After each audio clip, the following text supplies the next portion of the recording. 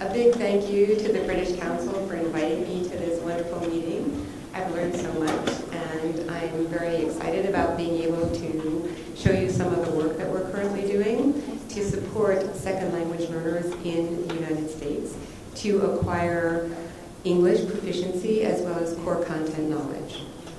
So I'm working with non-native English speakers in the U.S. So we're coming down a couple levels. I started out as a classroom teacher for 10 years. And so I always have in mind, what is it that teachers really need to be able to support their second language learners in classrooms. So you'll see that this is very applied, this work, but it's grounded in theory and in research. So just a little bit about the center I work for. It's called the Center for English Language Learners at the American Institutes for Research. And we do different kinds of work in the kindergarten through 12th grade space.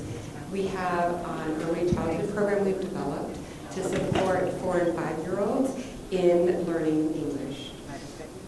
And I'll show you a little bit about that. We also have developed an approach to supporting teachers in helping their English learners acquire core content.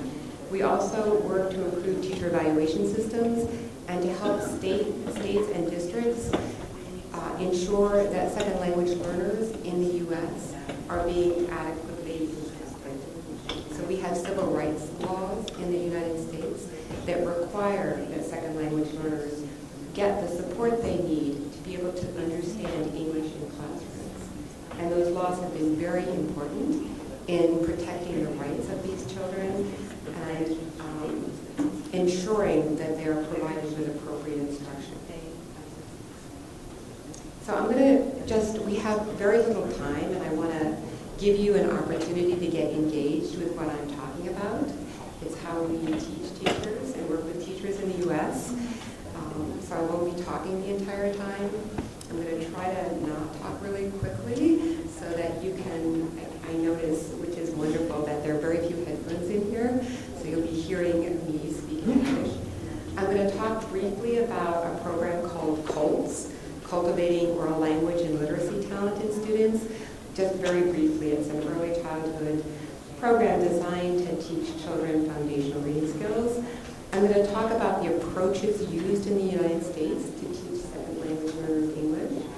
And I'm going to talk about our method. It's called Attaining Core Content in English language learners, about the model and how some components of the model, how we use this model to help teachers develop curriculum and use teaching methods that are supportive of second language learners.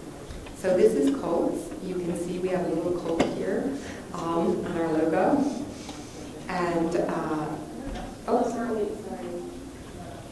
Thank you. So, I have to click. Okay.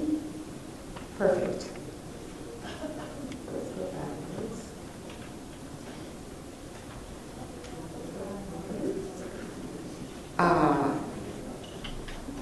So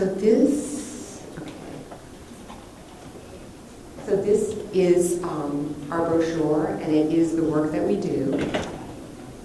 And this is an overview of my presentation.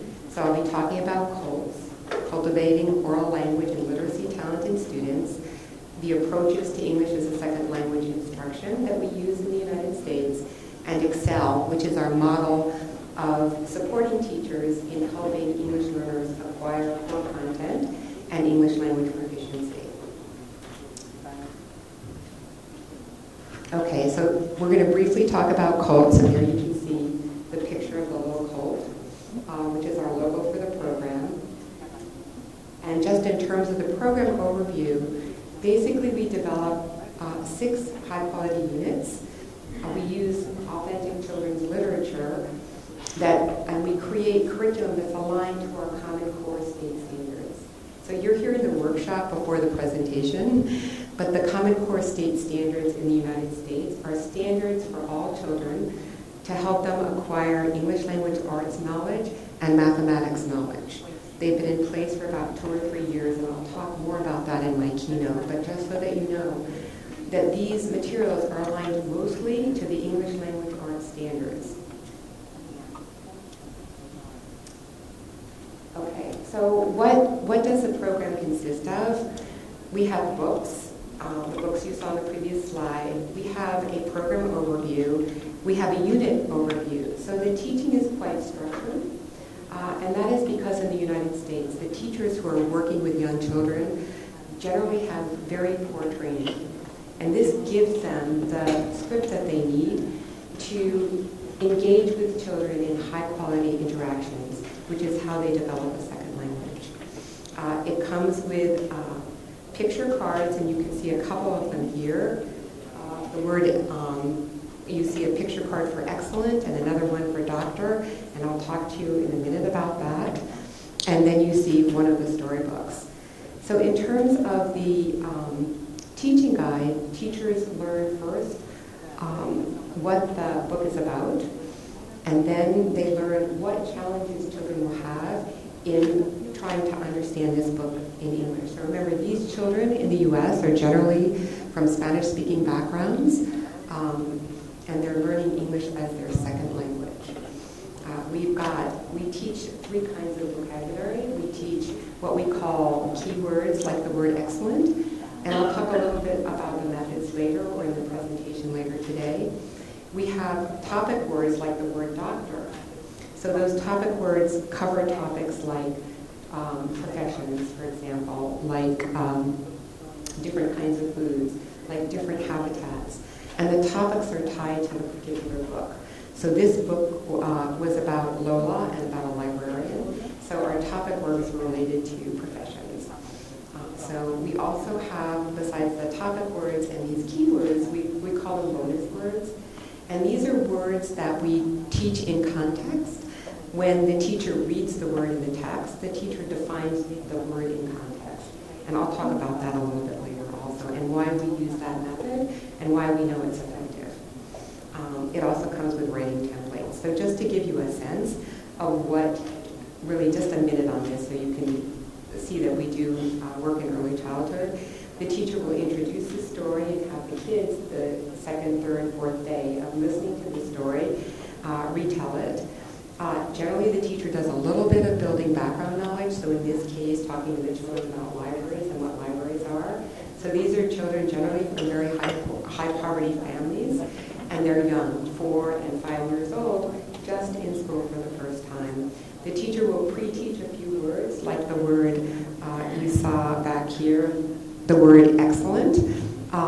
And we use this routine where it's very interactive. So the teacher will say to the children, this is an excellent breakfast. It's got strawberries and blueberries, lots of fruit and milk. And then the teacher will then define the word for children. The teacher will define the word in Spanish or whatever the child's first language is, so that children know what the word is in their own language. The children will repeat the word 3 times. And then the teacher will engage the children in an activity, a quick activity. This all happens in about 2 minutes, where they're asked a question and they do a partner talk to answer the question. The question's engaging. Like, for example, what would an excellent breakfast be for you? We also engage kids in activities. So for this card, it's something like, let's pretend we're excellent basketball players and we're dribbling the ball and then putting it in the basket. So again, we get the kids involved in actions and interactions and conversation about these words. And the point is not to teach this specific word necessarily, but just the opportunity for a lot of rich interaction around words that build lots of conceptual understanding. So we do the pre-teaching of key vocabulary, really 1 word a day. And then most of it is the teacher reading a portion of the book, asking children questions about the book that are aligned with the standards. So all the questions sort of ask kids things that if they answer them, they'll be meeting particular Common Core state standards. We've got this embedded vocabulary support where we do a lot of definition and context. We have a closure that really helps the kids connect what's happening in the story to their own background. And then we do some other extension activities in the classroom. We do a lot in 5 days, and this is 15 minutes a day. So schools like this because they can use this program in the context of anything else they're doing. And it gives teachers a structured way to interact with children in ways that really engage children in rich language. We do some phonological awareness, and at this age, kids hear the word, like they might hear the word excellent, and they have to like clap the syllables. We do print concepts where for the word E, they have to name the letter. And then we do writing that is associated with this. So the kids actually, even at this age, are writing our three kinds of types of writing: informational writing, argument, and narrative. And so you probably all understand what these words mean, but these are our Common Core standards. Starting in kindergarten, children need to learn to write these three different genres. So for example, for this book, well, I'll give you an example of another book. The children read a book called Snowy Day, and so after they read the book, the teacher might ask them, okay, you're going to write it. The teacher will ask them, the children, what are the kinds of things you do on a snowy day? And the kids will respond. The teacher will write what they say up on a board. So they collect what the children have said. The teacher will finger point, and the kids actually can read with the teacher, and they learn that you start a sentence with a capital, etc., that there's spaces between words, that there's punctuation at the end of a word. And then the kids draw their own picture, and then the teacher helps them write about what they've drawn. So we actually have kids beginning to write when they're 4 and 5 years old. And it's invented spelling, of course. Sometimes it's just verbal, but the teacher will try to decipher what the kids have written and read it back to them. So that's just an example of 15 minutes a day of a way that we engage children in rich interaction. I want to talk really briefly, because it's very different in the U.S., how we're currently teaching English. And I'll talk a bit about this later this afternoon, but mostly now, English is being taught in the context of teaching students content.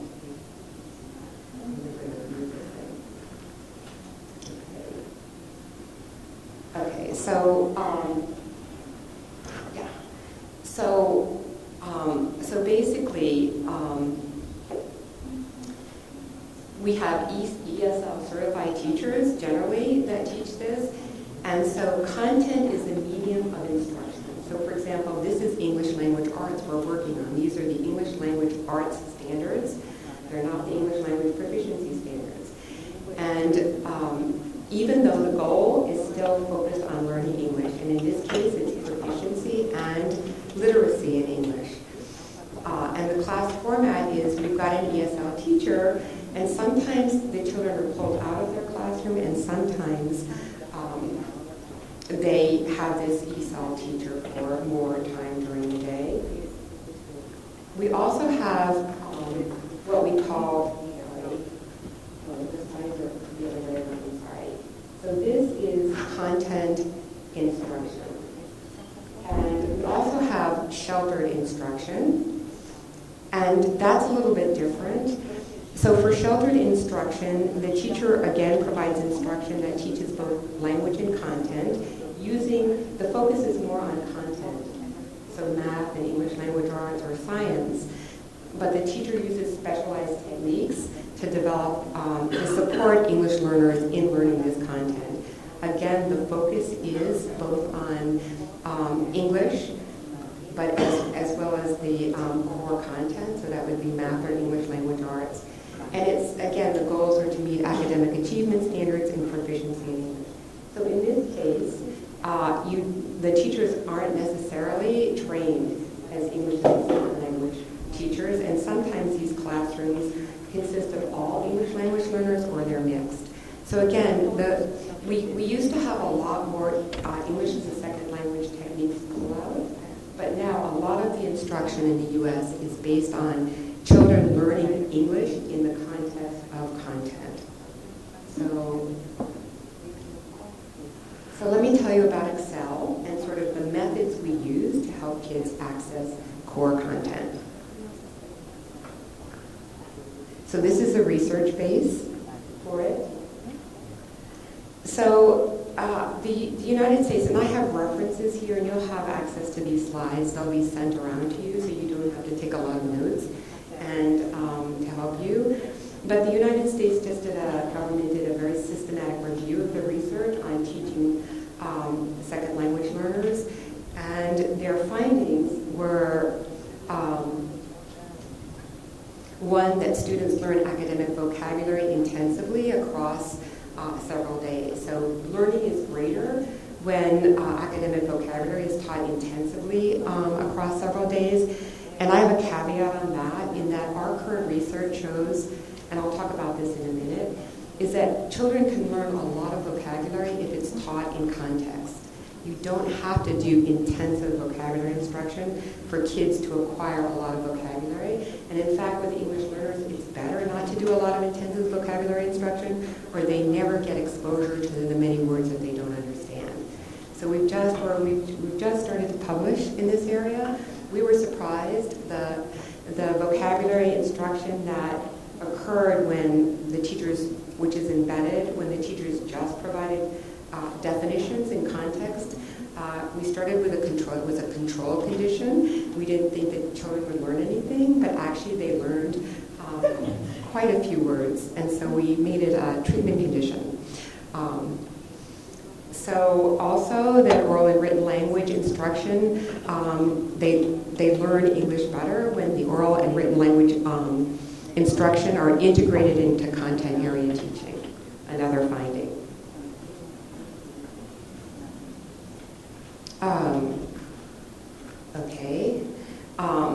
That there are regular structured opportunities to develop writing, and also that there are small group instructional interventions for struggling readers. So we have, so for children that are struggling, they're provided additional support. So this is very quick, but there is definitely a research base behind the methods we're using.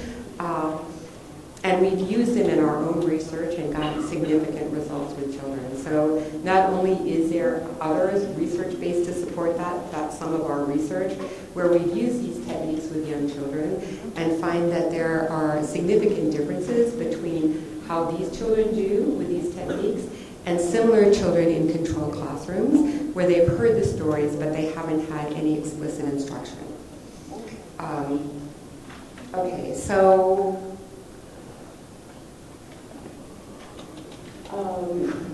okay, let me go back here. So the other thing that we know is that there's a lot of transfer from the first to the second language. And if children understand the concepts in their first language, then they really only need to learn the label in a second language. And I think teachers sometimes forget that. So especially for us in the US, where most of our English learners speak Spanish at home, there are a lot of cognates between English and Spanish. In fact, believe it or not, a third of the language are cognates between English and Spanish. So many of those words are technical, and sometimes the children don't know the meaning of the word in either language. But lots of time, the words in Spanish tend to be the more complex version of the same word in English. So anyway, it's interesting to note, and people don't realize how much overlap there is between English and between Spanish, but considerable. Okay, so now the model. I'm going to just show you the model we use to, so we've tried to come up with a very systematic way to help teachers approach text. So if you think about the Common Core State Standards in English, I can reduce it to about 2 lines. The idea is that children are supposed to read text. It could be informational text, it could be narrative text.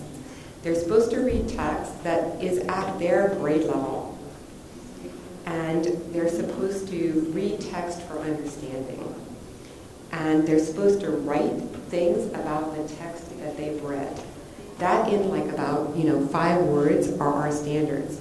So this whole approach we've developed is an approach to help children understand text that is challenging. And you can use it actually with text that's not challenging. And my guess is there are lots of people who are teachers here who do these things, but we've tried to make it systematic. So we've used this approach to take to take lessons that have been developed for English proficient students and help teachers use these techniques to make those that text comprehensible, but we've also used these techniques to change the lessons that have been written for English proficient speakers. So there are lots of lessons that have been developed to help children meet the core standards. The problem with those lessons is that they don't provide any support for children whose first language is in English, for English learners. And so we really have to help the teachers use these techniques to make either the lessons work for English learners, or if we just start with text ourselves, to develop those lessons. So any questions about that? What we're doing? Okay, so the method I'm just going to focus on two parts of this method.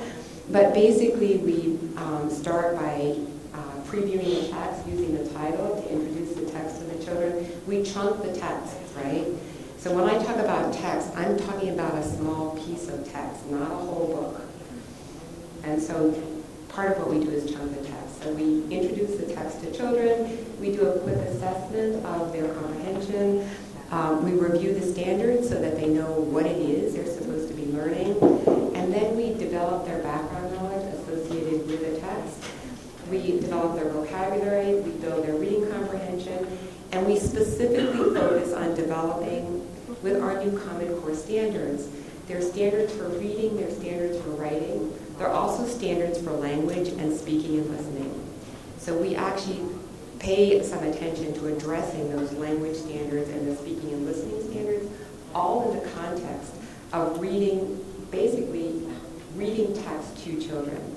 We reassess their comprehension, and then in writing the same thing. We introduce standards and objectives. We help the kids prepare to write, and they write. So I'm going to just talk a little bit about some of these activities. So let's see if I can. Okay. So the first thing you need to do quickly is just, if you haven't already, just read this small piece of text. Here, let me go back. From The Secret Garden. It should take you, and we've handed things out in Portuguese and in English, so you can take your choice as to which text you want. So again, it should take just a second.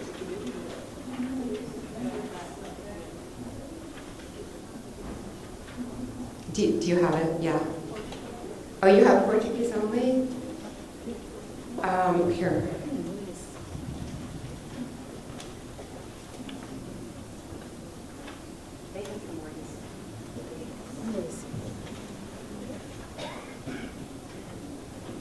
I'm just going to give you a minute to read this because I want to show you in more detail what we're doing and hopefully give you some opportunity to work with it.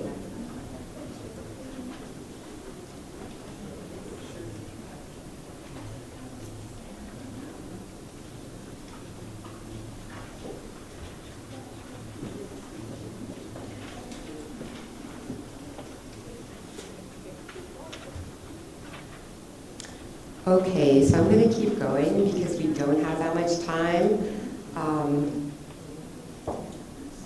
But again, what I wanted you to do was just read page 1 of your handout, read those excerpts, and if you're confused about what the text says, if you're looking at it in English, you can confirm things with a partner.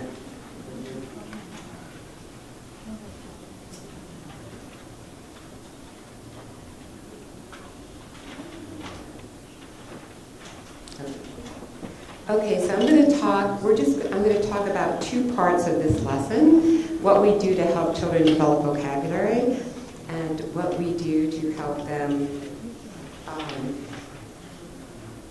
build comprehension.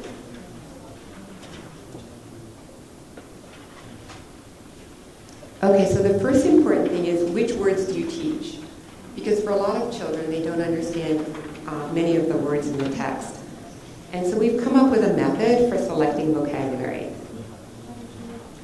So one way we select vocabulary is frequency. How frequent are these words in English texts? And to do this, we have various tools we use, and I'll show you more about those tools this afternoon. We developed a word analyzer where teachers, for all of these tools, as a teacher, you can put any text into these tools, and it will show you which words are most frequent in English. And so I'm not sure in your handout you have all the resources, because it was a lot to translate. But we do have a longer version of this, and they'll post the longer version. In the longer version, it tells you how to access these different tools. So one thing we go on is frequency. How frequent are these words in English? And the other is, how important are these words for understanding the text? And finally, how complex are the words, conceptually complex? And by that I mean, words that are complex are hard to imagine if you close your eyes. It's hard to know, it's hard to imagine, right, what that word means. They're abstract, and they have a high degree of relatedness. And I'll talk a minute more about that. So in terms of frequency, the thing about English is that what we know is second language learners' reading comprehension is very compromised because they don't know common words in English. And for English proficient kids, these words, they know these words, but the English learners do not. So what we have done is figured out which words in English are the 4,000 most frequent word forms. And those 4,000 word forms account for 80% of the text that readers will encounter in text, kindergarten through 12th grade, which is quite amazing. So if you learn these 4,000 frequent word forms, be careful, not words, right? Because many of these word forms have many meanings, or they may have suffixes that change their tense or their meaning. But basically, for these word forms, they account for 80% of the words that any reader grades K through 12 will encounter in text. So it's important to know which words these are if you're teaching English to these readers, right? And you're using text as a way to teach. So here's just an example of our analyzer. You can see we put the text that you've read into the analyzer, and what it tells you is which words are in the first quartile. So these are the most frequent words in English, and that would make sense. Child, mother, always, used, chance. The second quartile, sort of the next set of most frequent words in English, right? The third quartile and the fourth quartile. So by the time you finish with the fourth quartile, this analyzer will tell you these words that are highlighted are words that are highly frequent in English. And what's interesting is that you can see the words that are most frequent are the words that kids tend to acquire first as they're acquiring English, which makes sense because they hear the words more, and that's how they tend to learn them. So the other way we choose words is conceptual complexity. And we've done a lot of study of this. We coded hundreds of students who are English proficient and English learners and looked at which word characteristics made the words hardest to acquire. And we looked at things like the part of speech of the word, for example. We looked at the length of the word. We looked at whether the word was a cognate. And the attribute that made words hardest to acquire was this attribute of conceptual complexity. And again, I want to say words that are conceptually complex are hard to imagine. And I'll show you some examples. They're not concrete, and they're related to many other words. So to understand a target word, a particular word, you have to know lots of other words, like the word economics. It's very hard to understand that word unless you know all about the economic system and the words associated with it. Also, words that have more meanings tend to be harder to understand or to learn in terms of all the meanings. What is important to remember in thinking about conceptual complexity is if students know the meaning of the word in their first language, then none of this matters, right? Because if they know the meaning, all they need to learn is the label. So imageability, for example, words that are easily imaged are the word dinosaur, pencil, rain, right? You can shut your eyes and it's easy to create an image of that word. Words that are very difficult to image are words like spirit, promise, nearly. Concreteness, a word's concrete if you can, the referent of the word can be easily perceived through the senses. So how easily can you smell, feel, see, hear the word? And so concrete words would be egg, and abstract words would be words like indeed. So again, all this is based on a huge amount of research to try to understand which words are most difficult, and this has implications for teaching, because what we found is for these abstract words, students need a lot more instruction and a different kind of instruction than they do for words that are less abstract. So it really helps you understand which words you need to teach. This is relatedness, so you can see the word lion has low relatedness, so it's easier to learn than the word economy, where you have to know things like consumption or exchange, etc., to understand the word meaning.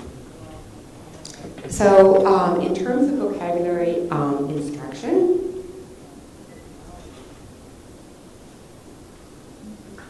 we've got two methods we use. So there's this teacher-directed extended instruction, where, and I'll show you an example, and I talked about the example of the word excellent, where the children see an image, and this is very important for second language learners because it gives them a sense of the word meaning. We define the word in context in a way that's easy, the definition is easy for children to understand. We provide a home language definition and tell the kids that the word is a cognate. We repeat the sentence from the text that uses the word, and then we invite students to talk about the word or act out the word. And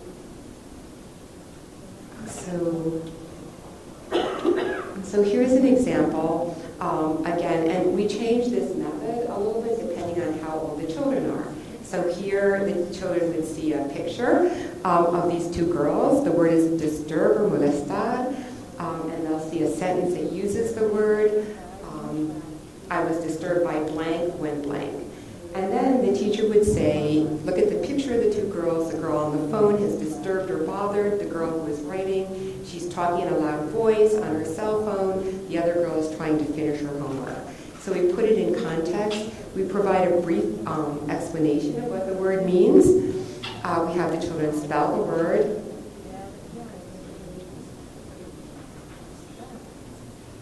And, whoops, let's go back. Oops. Here.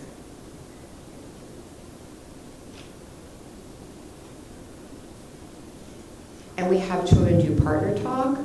Tell your partner about a time that someone disturbed you. Start your sentence with, I was disturbed by. This is what we call sort of intense instruction. So it's not that much time, but it really engages the kids with particular word meanings. And we connect it to the story. So embedded, so this really, now you have to remember that it takes children about 10 to 18 exposures, of a word before they actually learn it. But for words that are conceptually complex or abstract, this kind of routine research shows really helps. So we're going to talk briefly about embedded instruction, which is less intense. And all you really need to do is use to define the words in context. A lot of times, it's showing the children a picture that's in the book of the word. It's providing examples using the word. And again, it can be done very quickly. The important thing is to find a definition that's comprehensible to the children. And then here's some examples. The word sour. In this sentence, sour means unhappy or in a bad mood. Do you know what else it can mean? Or expression. You define the word and demonstrate what it means. Make a happy or sad face, right? So you can really define these words very quickly in ways that students understand them. And then we also teach students word learning strategies, less so for young children, more so for older children. But we teach children to use context clues. to learn word meanings. We teach them to use reference materials. We teach them about cognates, because there's so many children in the U.S. Whose language, Spanish, shares cognates with English. And we teach them about using prefixes and suffixes to determine word meanings.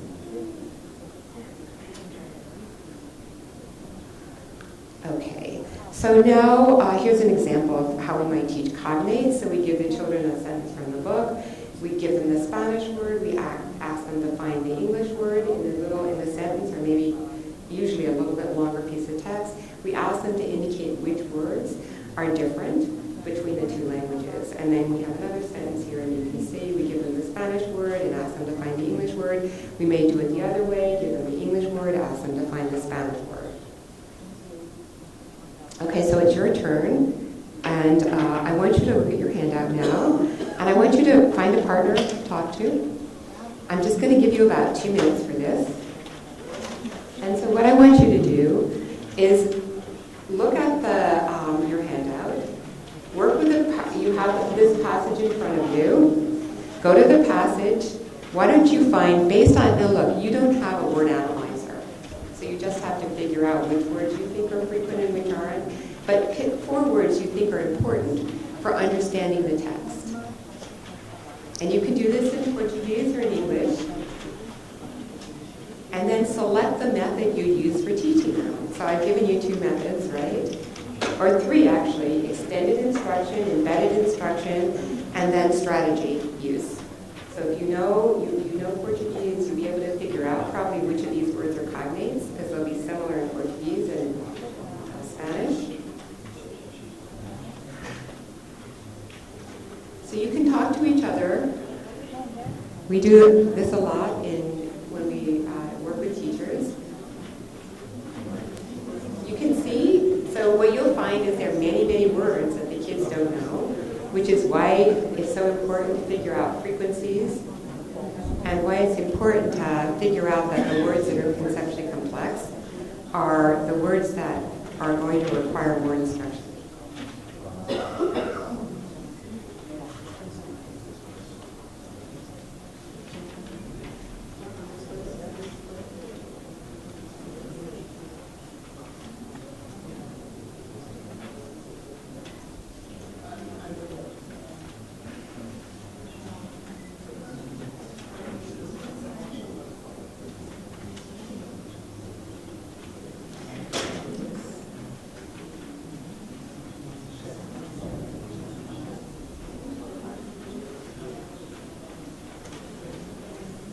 Okay, I'm going to give you 1 more minute.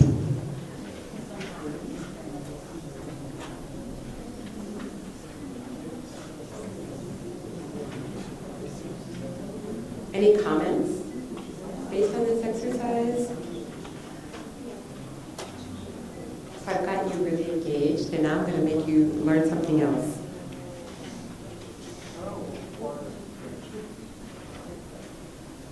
Yeah. Yeah.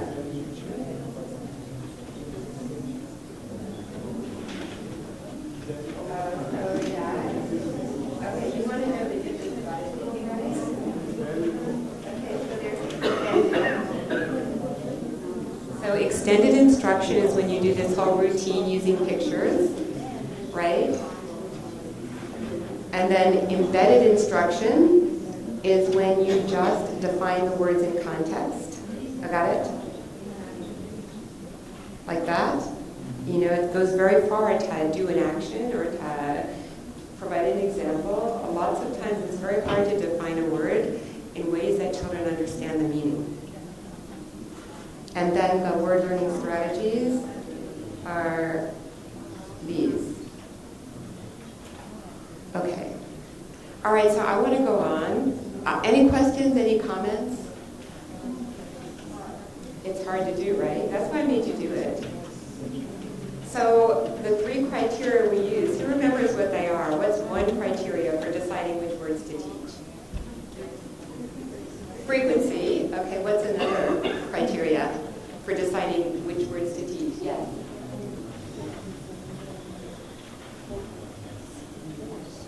Yeah. The Importance, thank you, yeah. So frequency, very good. Importance, that's great. What was the third thing? Complexity, yeah. You keep those things in mind. It gives you some kind of a framework. And again, I'll show you these tools later this afternoon, but it gives you some idea of which words are most frequent. Okay, so I want to talk about building reading comprehension. Okay, so here, what we do here is we ask children guiding questions. So we chunk the text into small pieces. We ask children a guiding question that makes them focus on what the important thing in the text is. And then we ask children what we call supplementary questions that guide them through the text. By answering those questions, they begin to understand what the text means. And so this is very important because these children are reading text that's quite complex. So let me show you. There are ways that you can make it easier for children to answer these questions. One is by defining the words right before you ask the question. Another is by restating important phrases or sentences that the children need to understand in order to answer the question. So here's an example. Here's this little passage about the guiding question for this text. And this comes from your handout, is how does a narrator describe Mary? This is a question that is meeting one of the core English language arts standards. So all our standards, or all our questions, most of our questions are aligned with the core standards. We ask questions that force kids to do what the standards require. And so the guiding question would be, how does the narrator describe Mary? The questions we might ask children to get them to that answer would be, the narrator says that Mary had a sour expression. What does that mean? Or what word does the narrator use to describe Mary's face, body, and hair? What else does the narrator say about her hair and face? And then why was Mary's face yellow? These questions guide the children through the text in ways that help them comprehend it. Now, this is really challenging for children that are quite limited. So what we do is we provide for the children, depending on their level of proficiency, sentence frames and sentence starters, and also these word banks. So here is, so the scaffolding again is different depending on the children's level of proficiency. So children who are emergent have sentence frames and word banks. Children who are more intermediate have sentence starters, and more advanced levels of proficiency just get the question, and maybe they'll get the word bank. So here's an example. So this framing and these questions guide the children through the text. The other great thing about this is it gives the children something to do without, what happens in our classrooms is that the English specialists tell the kids the answers. They will read a passage and they'll just explain exactly what's in the passage. So the kids don't need to learn what the words mean or try to understand it on their own. So you've got that going on, and that happens probably all over the world. The teacher will read a paragraph, and then the teacher will tell the kids what the paragraph means. So the kids don't listen because it's very boring to sit there having somebody just keep telling you what the book means. Right? Or you've got the other scenario where you've got general education teachers who are not specialists and they don't provide any support, right? They just give the kids the text and they ask them questions.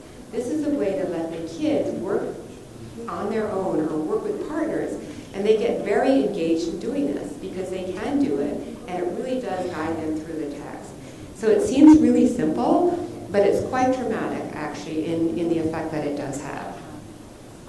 And so you can see that these are the words that the kids use, the words that actually fill in these blanks. And this would be scaffolding for children who are in intermediate levels of proficiency. Right here. And now it's your turn.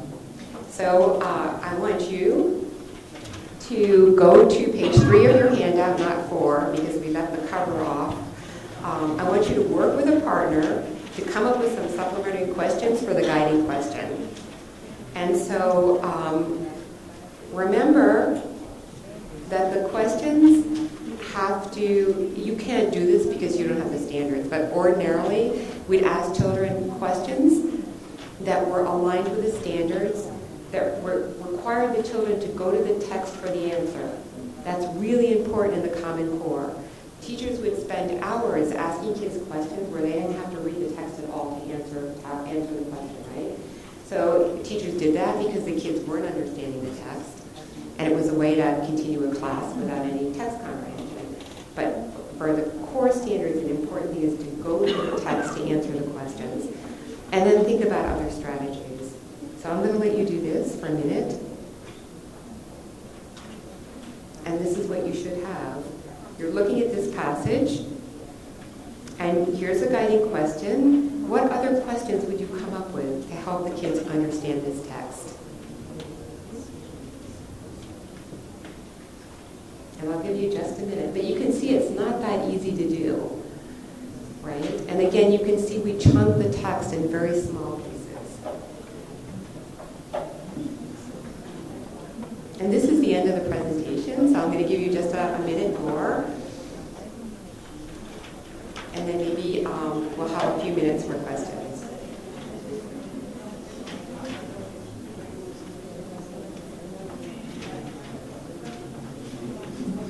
I'll let you struggle with this just for a moment. You can talk with somebody.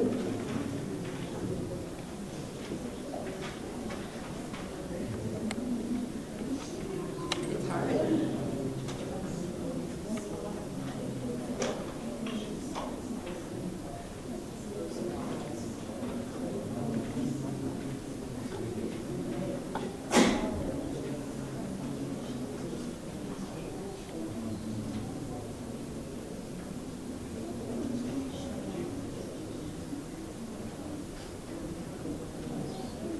So maybe somebody can tell me one question they've come up with. Anybody? There's no right answer, if that makes you feel better. Yes? Okay, everybody listen up. What was different about Mary's mother that day? Because they mentioned that the narrator mentioned that she was really tall and beautiful and she was always smiling or something like that. So what was different about her that day? But maybe this is a little bit too complex. Difficult, yeah. Very difficult, very difficult. So, yeah, go ahead. So if you look at this one passage that I've got up here, that small chunk of text, what kind of questions would you ask to help children answer the question, how does it... Maybe like trying to find words to describe what. Yeah. So words of just looking straight at a word. Yeah, exactly. You could ask them word meanings. Here, let me look at the text. Describe her phone. Describe her nose.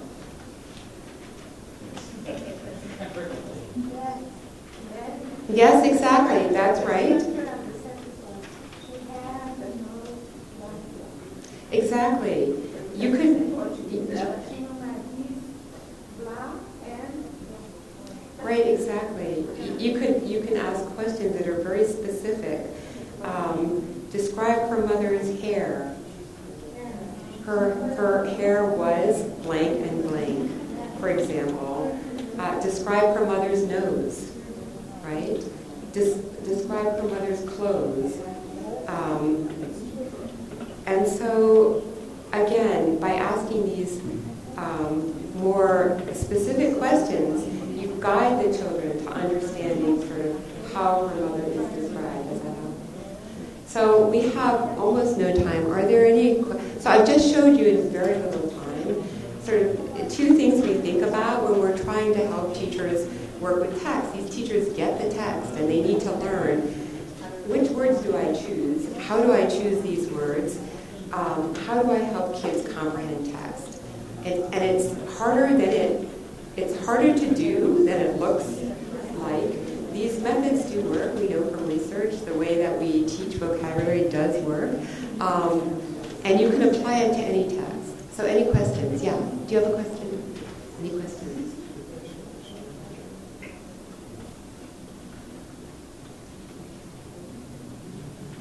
Comments?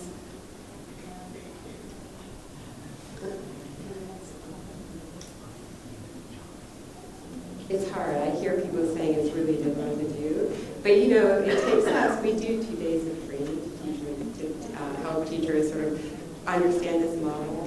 And we provide lots of supports for them. So we provide model lessons for them so they can see lots of examples of how we do this. So they see what we've done and then they practice and try it out. Yeah. Do you actually give the corpus tools? Yes, For yeah, all the children, yes. not the young ones, the old ones. Also for the younger ones. So the young ones, Yes. they go to the computer and they actually throw it on the Yes. on the tool. Yeah. Yeah. So teachers have access. Some of these are open access tools, and you can use them. And this afternoon, a little bit later, I'll talk about some of those tools. But be careful. You can get very sidetracked by looking at word frequency, but it does give you a sense of, well, these words are worth teaching because they appear a lot. Yes. Do you know if there is such tools for Portuguese? You know, you could use the same tools in Portuguese. Well, Oh, maybe not. are they You know, I don't language know. blind? No, they're not. That's the thing. I don't think they're language blind. You know, you should try. You'd have to do the corpus work, which is really hard, right? So, like, to get these 4,000 words in English, we, researchers, colleagues of mine, had to figure out. I mean, we started with, I think, something like 17 million words in texts. It's corpus work, right? 17 million words, individual words. And of those, we used programs to find out of those which word forms were most frequent in English. And so there are various analyzers. But if you're teaching, so for English, it would only help you if you were teaching. Well, you do, that's what you do, right? Some of you teach, a lot of you teach English.